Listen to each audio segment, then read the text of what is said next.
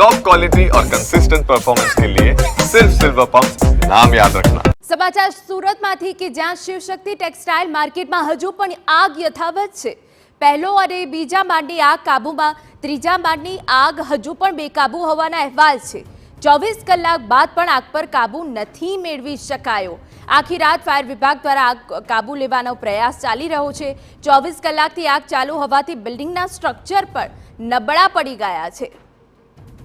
અમારા સંવાદદાતા બળદેવ સુથાર વધુ વિગતે વાત કરવા જોડાયા છે। બળદેવ, હાલ સ્થળ પર શું સ્થિતિ છે? આગ કાબૂમાં આવી કે નહીં?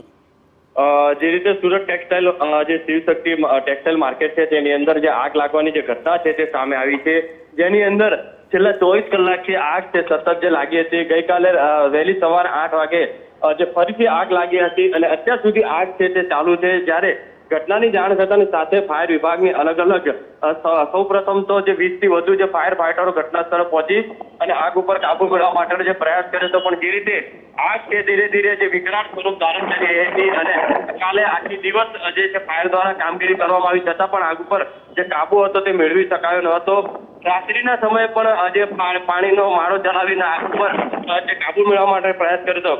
છેલ્લા 24 કલાકથી આગ જે લાગી રહી છે તેના કારણે હવે આ જે બિલ્ડિંગનો જે સ્ટ્રક્ચર છે તેના ઉપર પણ સવાલ ઉભા થાય છે, કારણ કે સતત 24 કલાકથી જે આગ લાગી છે તેના કારણે અંદરના જે સળિયા છે તે પણ ગરમ થયા હોવાના કારણે બિલ્ડિંગને પણ ગમે ત્યારે નુકસાન મોટું થઈ શકે તેવી સંભાવના વ્યક્ત કરવામાં આવી છે। હાલમાં તો જે ફાયર વિભાગ દ્વારા હજુ પણ આજુબાજુ જિલ્લાના જે ફાયર ફાઈટરો છે તેમને બોલાવી અને સતત જે પાણીનો માળો ચલાવી અને આગ ઉપર કાબુ મેળવવા માટેનો જે પ્રયાસ છે તે કરવામાં આવી રહ્યો છે।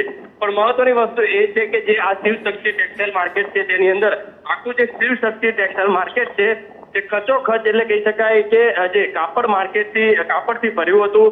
ઉપર ગોડાઉનોની અંદર જે મોટા પ્રમાણમાં માલ હોવાના કારણે જે ધીરે ધીરે એક પછી એક દુકાનોની અંદર આગ હતી તે વિકરાળ સ્વરૂપ ધારણ કરી રહી હતી અને જેના કારણે ફાયર વિભાગને આગ ઉપર કાબુ મેળવવા માટે જે છે મુશ્કેલીનો જે સામનો છે તે કરવો પડી રહ્યો છે, કારણ કે ફાયર ફાઈટરો જે છે તે બિલ્ડિંગની અંદર જઈ નથી શકતા, કારણ કે જે કાપડ છે તે કેમિકલ યુક્ત જે કાપડ હોય છે અને તેના કારણે જે ધુમાડો હોવાના કારણે લોકોને જીવ જોખમમાં મુકાતા હોય છે, જેના કારણે ફાયર ફાઈટર બહારથી ક્રેન મારફતે જે પાણીનો સતત જે મારો છે તે ચલાવી રહ્યા છે।